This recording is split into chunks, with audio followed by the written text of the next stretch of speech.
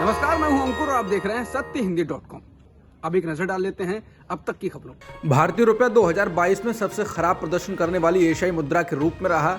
इसमें 11.3% की गिरावट देखी गई, जो कि 2013 के बाद से इसकी सबसे बड़ी वार्षिक गिरावट है। क्योंकि महंगाई को कम करने के लिए अमेरिकी फेडरल रिजर्व ने आक्रामक मौद्रिक नीति पर जोर दिया और डॉलर ने मजबूती हासिल की।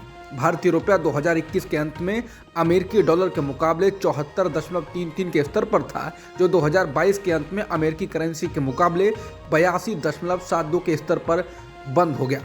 बता दें, रूस यूक्रेन के युद्ध के कारण तेल की कीमतों में तेजी का भी रुपए पर भारी प्रभाव पड़ा, जिसने भारत के चालू खाते के घाटे को सितंबर तिमाही में रिकॉर्ड उच्च स्तर पर धकेल दिया।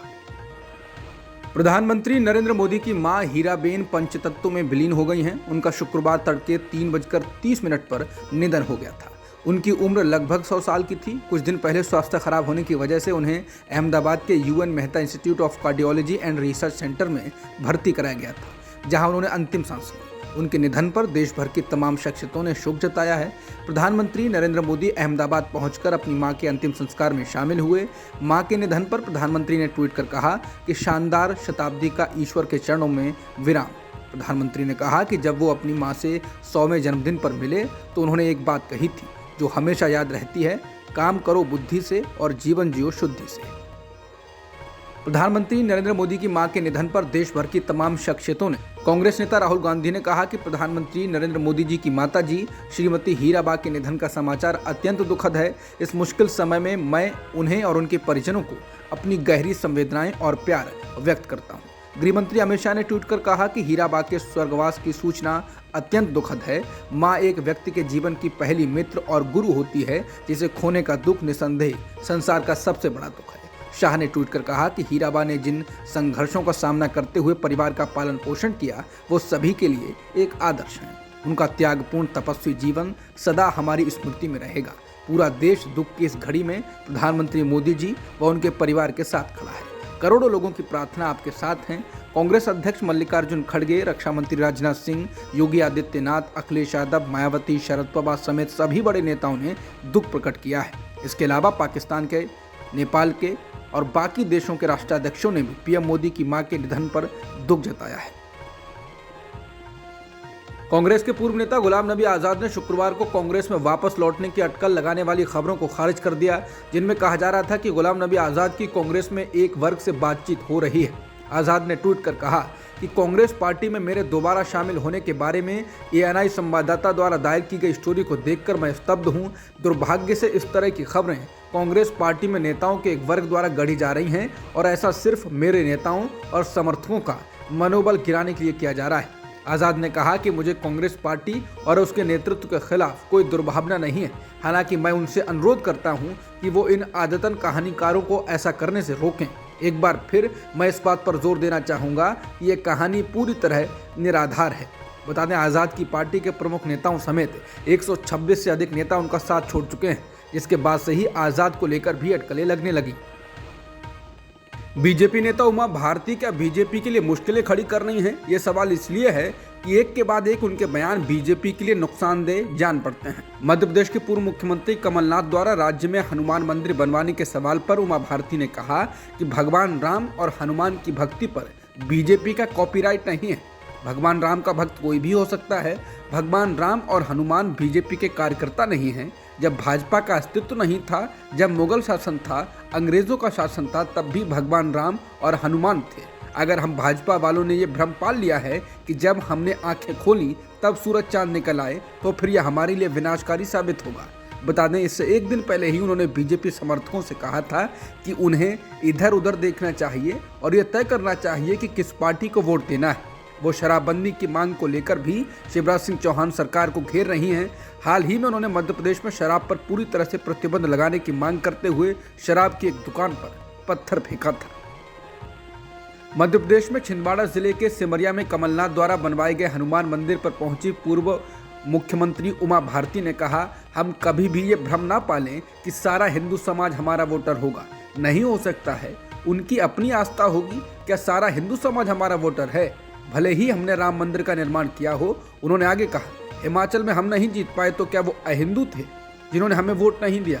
जहां लोकतांत्रिक व्यवस्था है वहां आप किसी धर्म, किसी जाति, किसी मत और किसी व्यक्ति को बंधक नहीं बना सकते हैं।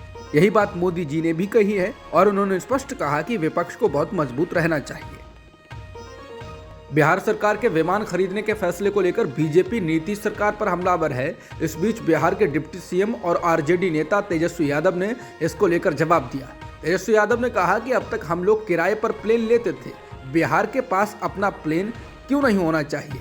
गुजरात सरकार लेती है तो अच्छा काम करती है, भारत सरकार 4000 करोड़ का प्लेन लेती है तो अच्छा काम करती है। सरकारी काम में दिक्कत ना हो इसीलिए तो प्लेन लिया जाता है। उन्होंने कहा कि सुशील मोदी जब उप मुख्यमंत्री थे तो क्या वो सरकारी हेलीकॉप्टर में नहीं बैठे? बीजेपी के जितने केंद्रीय मंत्री हैं उनमें से एक भी केंद्रीय मंत्री का नाम बता दीजिए जो बिना जेट के घूमते हों। ये ओछी राजनीति कर रहे हैं।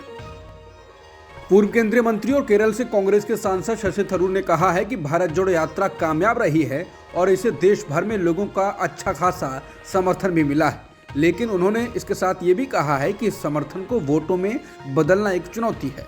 शशि थरूर अपीजे कोलकाता लिटरेरी फेस्टिवल में हिस्सा लेने आए थे और इस कार्यक्रम के बाद पत्रकारों से बातचीत कर रहे थे।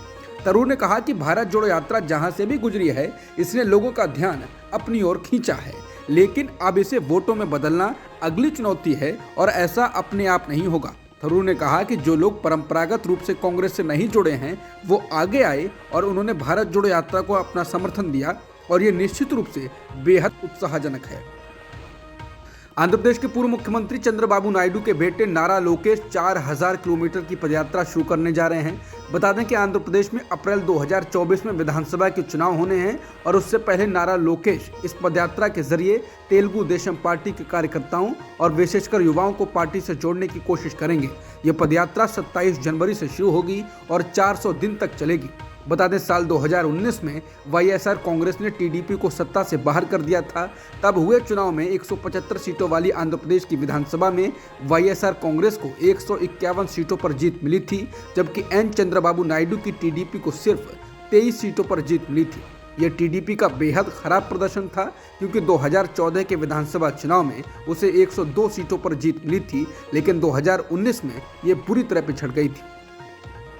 चुनाव आयोग ने रिमोट वोटिंग मशीन यानी आरवीएम शुरू करने की तैयारी कर ली है। ये ईवीएम जैसी ही मशीन है, लेकिन उन लोगों के लिए है जो अपनी नौकरी या फिर पढ़ाई के लिए दूसरे शहर या राज्य में रह रहे हों।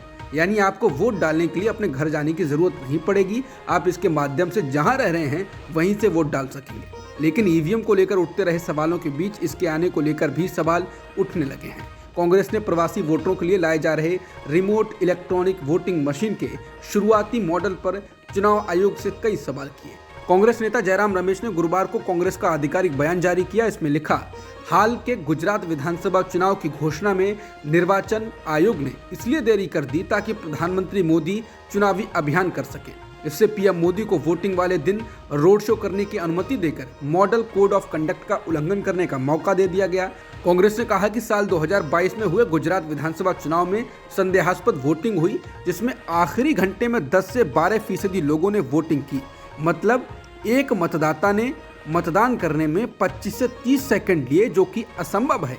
आपको वोट करने के लिए कम से कम 60 सेकंड चाहिए होते हैं। कल्पना कीजिए रिमोट वोटिंग में भी ये जारी रहता है तो ये सिस्टम में विश्वास कम करेगा। कांग्रेस ने कहा कि चुनाव आयोग ने रिमोट इलेक्ट्रॉनिक वोटिंग मशीन के प्रदर्शन के लिए राजनीतिक दलों को 16 जनवरी को आमंत्रित किया है। इसके लिखित जवाब देने के लिए 31 जनवरी 2023 तक कहा गया है। पार्टी ने बताया कि चुनाव आयोग को सलाह दी गई कि वो लोगों का विश्वास बढ़ाने के लिए वीवीपैट में बढ़ोतरी हो, लेकिन इसे भी नहीं माना गया। साथ ही चुनाव आयोग को सभी राजनीतिक दलों को साथ लेकर ये सुनिश्चित करना चाहिए कि चुनाव प्रणाली में पूरी पारदर्शिता के साथ विश्वास बहाल हो। रिमोट इलेक्ट्रॉनिक वोटिंग मशीन को लेकर जदयू के राष्ट्रीय अध्यक्ष राजीव रंजन सिंह लल्लन ने कहा कि एडवांस टेक्नोलॉजी का विरोध मुनासिब नहीं है, लेकिन इन्हीं टेक्नोलॉजी के सहारे ही तो कई तरह के फ्रॉड भी हो रहे हैं। दैनिक भास्कर की रिपोर्ट के अनुसार उन्होंने कहा, ऐसे में अगर कोई प्रस्तावित रिमोट वोटिंग के इंतजाम को हैक करके पसंदीदा उम्मीदवार को वोट दिला देगा तो कोई आश्चर्य की बात तो होगी क्या? ऐसा संभव नहीं है क्या? और अभी तो ईवीएम पर ही जब तक उंगली उठती रहती है। उन्होंने कहा कि चुनाव आयोग को ऐसी कोई भी नई व्यवस्था करने के पहले इसके फुल सिक्योर और फुल प्रूफ होने की पूरी गारंटी करनी होगी और इसके बारे में सभी पार्टियों को पूरी तरह से आश्वस्त करना होगा, उन्हें भरोसे में लेना होगा। बता दें, आरवीएम की जरूरत को बताते हुए 28 दिसंबर को सभी पार्टियों को भेजे गए पत्र में चुनाव आयोग ने कहा है कि 1/3 मतदाता मतदान नहीं करते हैं और ये मोटे तौर पर लगभग 30 करोड़ लोग होते हैं। प्रधानमंत्री नरेंद्र मोदी ने आज मां हीराबेन के पार्थिव शरीर का अंतिम संस्कार करने के बाद कोलकाता में रेलवे की कई परियोजनाओं का लोकार्पण किया। पीएम मोदी ने वंदे भारत ट्रेन को हरी झंडी दिखाई। ऐसा उन्होंने वीडियो कॉन्फ्रेंसिंग के माध्यम से जुड़कर किया। मां के निधन के बाद अपने पहले भाषण में पीएम मोदी ने कहा कि आज मुझे आपके बीच आना था, लेकिन मेरे निजी कारणों की वजह से मैं आप सबके बीच नहीं आ पाया हूँ। इसके लिए मैं आपकी बंगाल की क्षमा चाहता हूँ। इसके अलावा पीएम मोदी ने राष्ट्रीय गंगा परिषद की बैठक की अध्यक्षता भी की है। इसमें अलग अलग राज्यों के मुख्यमंत्री या प्रतिनिधि शामिल हुए। वहीं पश्चिम बंगाल के मुख्यमंत्री ने पीएम मोदी की मां के निधन पर दुख जताया, साथ ही पीएम मोदी को आराम करने की भी सलाह दी। बंगाल में पीएम मोदी ने कई योजनाओं का लोकार्पण किया और वंदे भारत ट्रेन को हरी झंडी दिखाई। तो इस कार्यक्रम के दौरान हावड़ा स्टेशन पर सीएम ममता बनर्जी मंच पर भाजपा नेताओं और समर्थकों की ओर से नारेबाजी से नाराज हो गई। रिपोर्ट्स के मुताबिक इस दौरान जय श्री राम के नारे भी लगे, जिसके बाद ममता बनर्जी मंच पर ही नहीं चढ़ी और उनकी कुर्सी वहां खाली रह गई। उन्होंने कार्यक्रम को बाहर से संबोधित किया। इस दौरान उन्होंने पीएम नरेंद्र मोदी की मां हीराबेन के निधन पर दुख जताया। टीएमसी नेता साकेत गोखले को गुजरात पुलिस ने तीसरी बार गिरफ्तार कर लिया है। उनको गुरुवार शाम को दिल्ली से गिरफ्तार किया गया। समाचार एजेंसी पीटीआई के मुताबिक एक शीर्ष अधिकारी ने बताया, गोखले को क्राउड फंडिंग से जुटाए गए पैसे के गलत इस्तेमाल करने के मामले में गिरफ्तार किया गया है। बता दें, इससे पहले 6 दिसंबर को गुजरात पुलिस ने साकेत गोखले को पीएम मोदी के मोरबी दौरे को लेकर हुए खर्चे पर फेक न्यूज फैलाने के मामले में गिरफ्तार किया था। टीएमसी नेता साकेत गोखले की गुजरात पुलिस के द्वारा तीसरी बार गिरफ्तारी को लेकर टीएमसी सांसद महुआ मोइत्रा ने प्रतिक्रिया दी। महुआ मोइत्रा ने ट्वीट कर कहा कि केवल 15 दिनों के भीतर टीएमसी के राष्ट्रीय प्रवक्ता साकेत गोखले को 3 बार गिरफ्तार किया गया है। इस तरह का उत्पीड़न कभी भी लंबे समय तक काम नहीं आता है। लोग इसे देख सकते हैं, इससे विपक्ष और मजबूत होगा।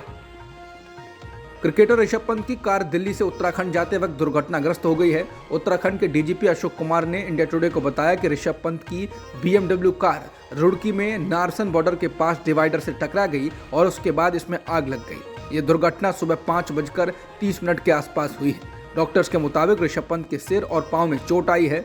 पंत के मुताबिक गाड़ी चलाते वक्त उन्हें नींद की झपकी आ गई और इस वजह से कार डिवाइडर से टकरा गई और उसमें आग लग गई। ऋषभ पंत को रुड़की के एक अस्पताल में भर्ती कराया गया था। अस्पताल की ओर से बताया गया है कि पंत की हालत स्थिर है और अब उन्हें देहरादून के मैक्स अस्पताल में रेफर कर दिया गया है। दुर्घटना की जानकारी मिलते ही हरिद्वार देहात के पुलिस अधीक्षक स्वप्न किशोर सिंह मौके पर पहुंचे। भारतीय क्रिकेटर ऋषभ पंत की सड़क दुर्घटना के बाद उनकी हालत स्थिर बताई जा रही है। इस बीच ऋषभ पंत के एक्सीडेंट के बाद पीएम मोदी ने ट्वीट कर जल्द स्वस्थ होने की कामना की। वहीं कांग्रेस नेता राहुल गांधी ने भी उनके अच्छे स्वास्थ्य के लिए कामना की है।